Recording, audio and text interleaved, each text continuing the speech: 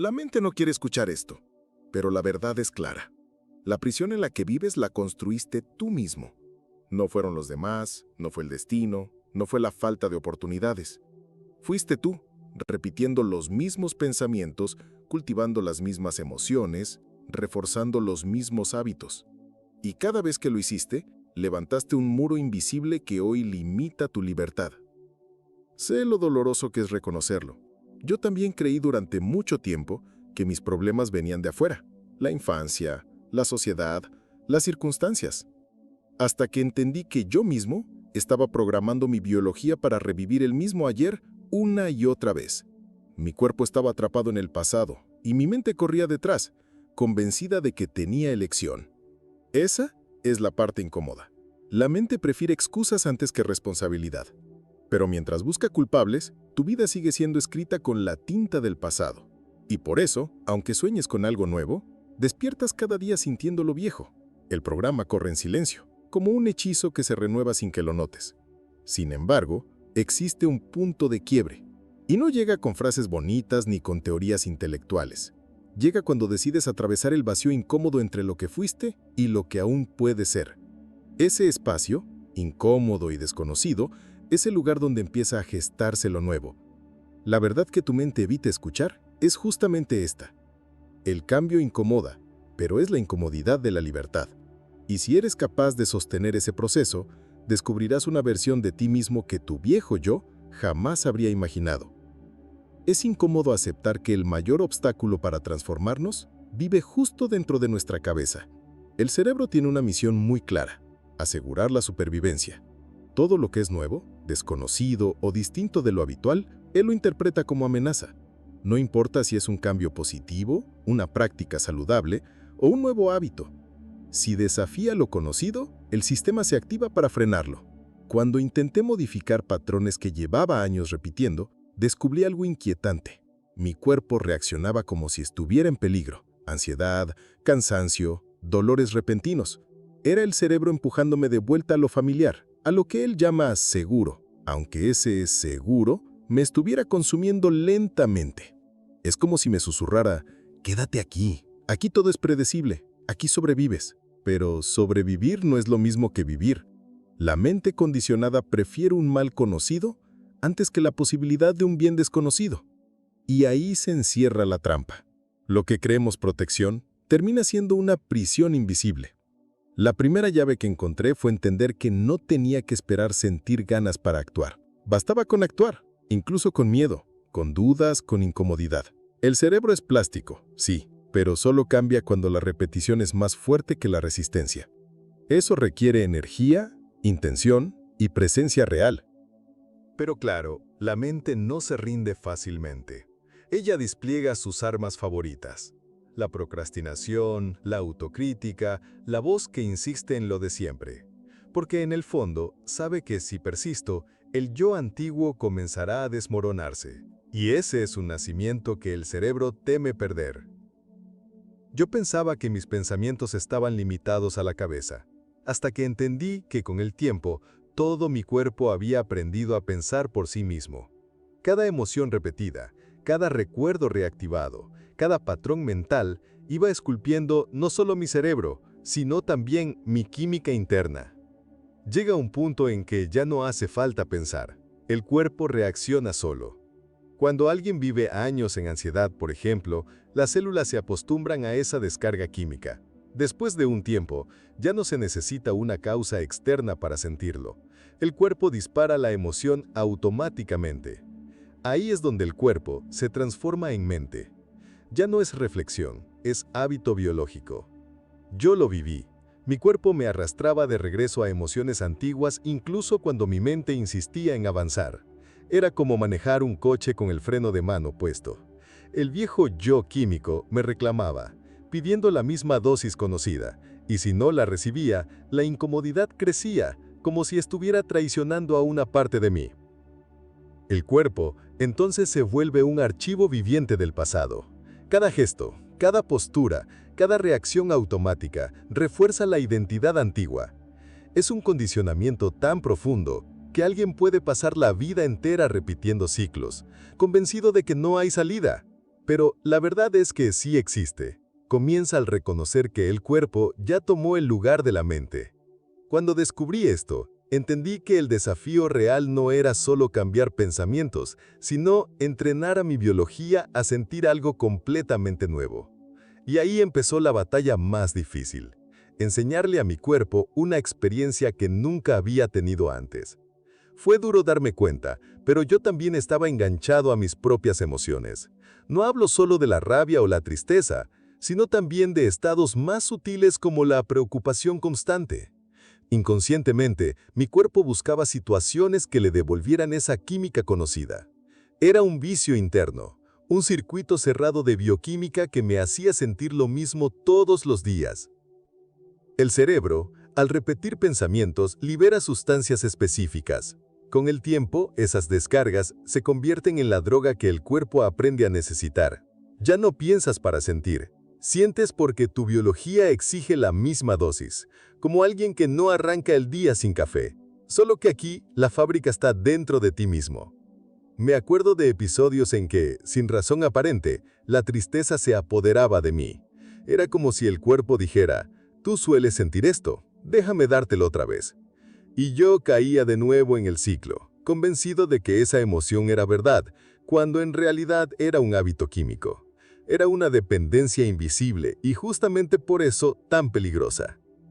Lo curioso es que muchas personas defienden esas emociones como si fueran identidad. Yo siempre fui ansioso, siempre fui inseguro, dicen. Pero eso no es esencia, es memoria química. El cuerpo construyó un personaje y uno termina creyendo que es ese personaje. Es la confusión entre hábito y ser.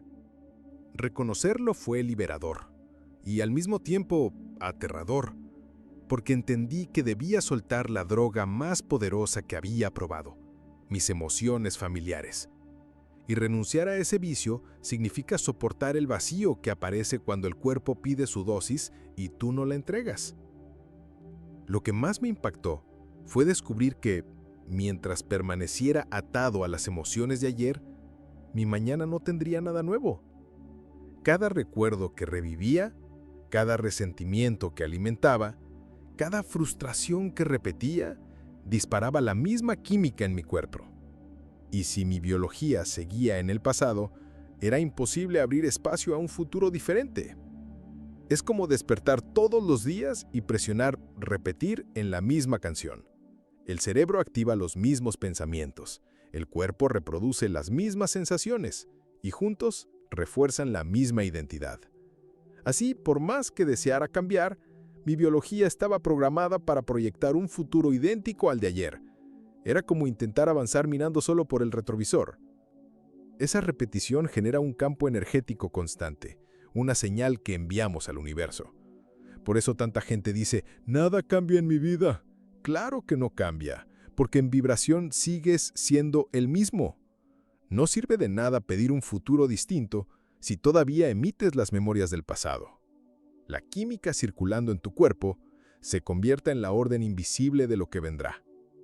Yo mismo me descubrí reviviendo viejas historias, pensando que eran simples recuerdos inofensivos, pero en realidad estaba renovando la suscripción al pasado, garantizando otro capítulo igual al anterior. Fue como un balde de agua fría. No era víctima del tiempo, era cómplice de mi propia repetición. Cuando comprendí esto, acepté que para crear un futuro auténticamente nuevo, debía dejar de sentir lo conocido. Debía renunciar a las emociones familiares, aunque eso significara lanzarme al vacío del desconocido.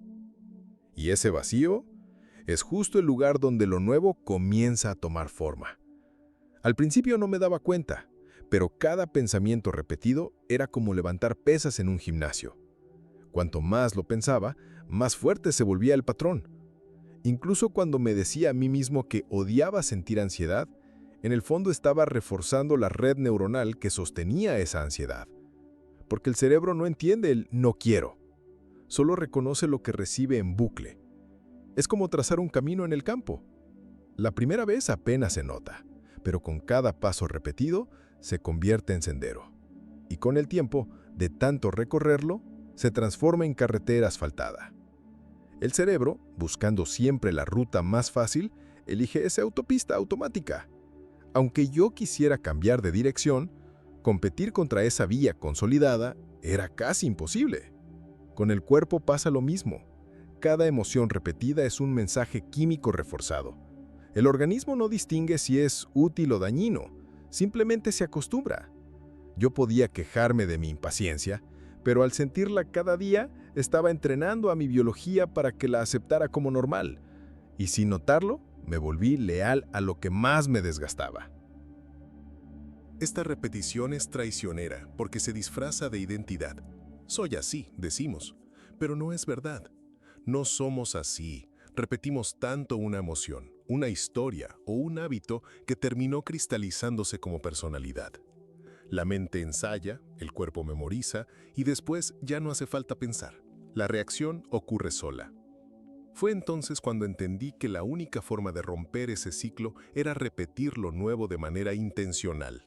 Aunque se sintiera falso, aunque mi cuerpo reclamara volver atrás. Porque solo con práctica consciente y constancia, el nuevo camino gana fuerza suficiente para competir con el antiguo. Me di cuenta de que gran parte de mi vida la pasaba ausente. Mi cuerpo estaba atrapado en el pasado. Mi mente proyectaba el futuro, pero el ahora casi nunca lo habitaba de verdad. Y fue ahí donde descubrí la clave. El único espacio donde podía interrumpir la repetición del viejo patrón era el presente. El presente es el punto de poder, el sitio donde el hechizo de la programación automática se deshace. Al notar esto, vi con claridad cómo las distracciones me mantenían en piloto automático. Comía sin prestar atención, conducía sin conciencia, reaccionaba sin elegir, vivía hipnotizado. Y solo cuando lograba detenerme, respirar y anclarme en el instante, sentía que algo en mí comenzaba a reorganizarse. Es en el ahora, cuando el cuerpo pierde por un instante las referencias del ayer. Al enfocar mi atención en la respiración, en los latidos de mi corazón, en la energía circulando en mí, conseguía engañar, aunque fuera por segundos, a los viejos programas. Y esos segundos se transformaban en semillas, pequeños espacios de libertad que antes no existían. No hablo de estar presente en un sentido poético, sino biológico. Es habitar el momento con tanta conciencia que el cerebro no tenga espacio para disparar los circuitos antiguos.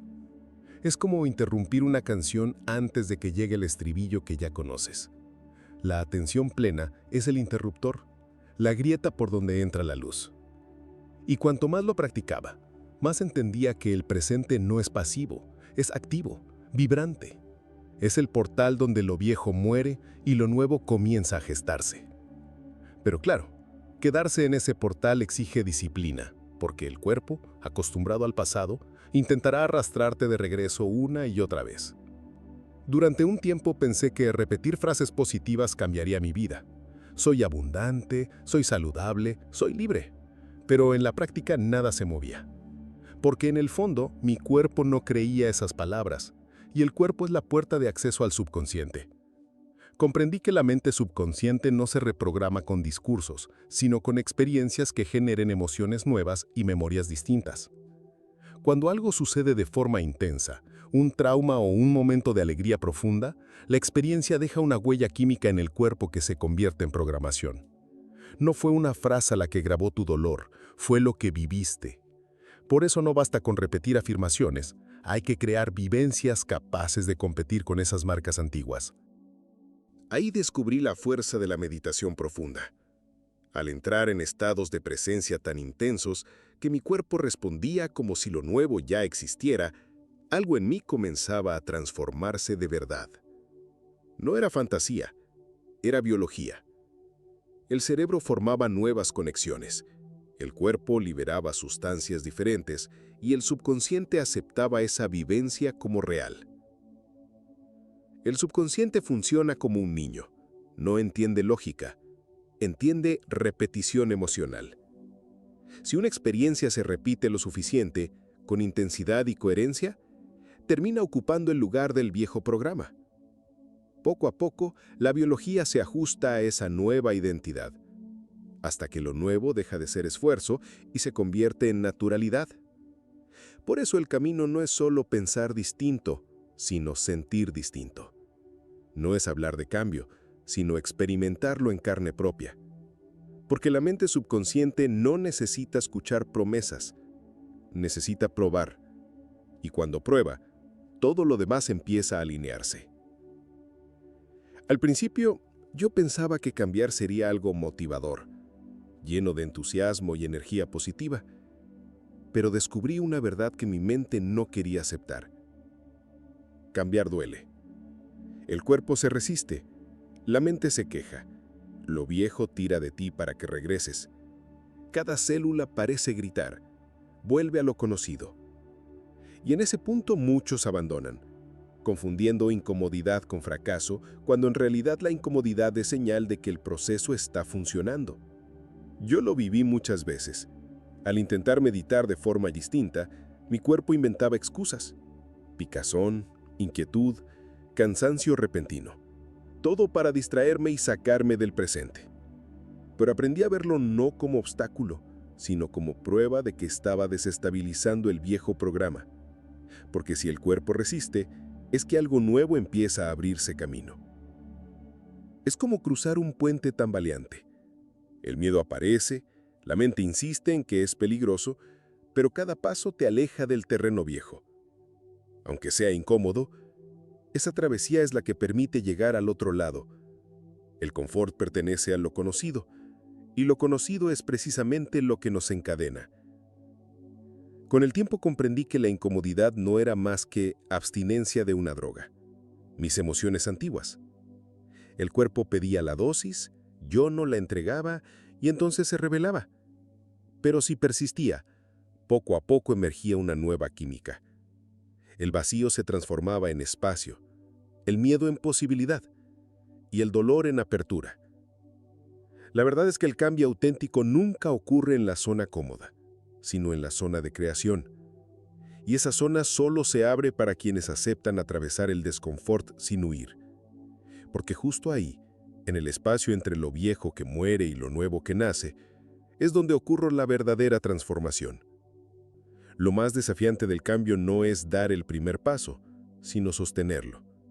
Porque la identidad antigua no desaparece de inmediato, se esconde, espera y en cualquier momento busca volver.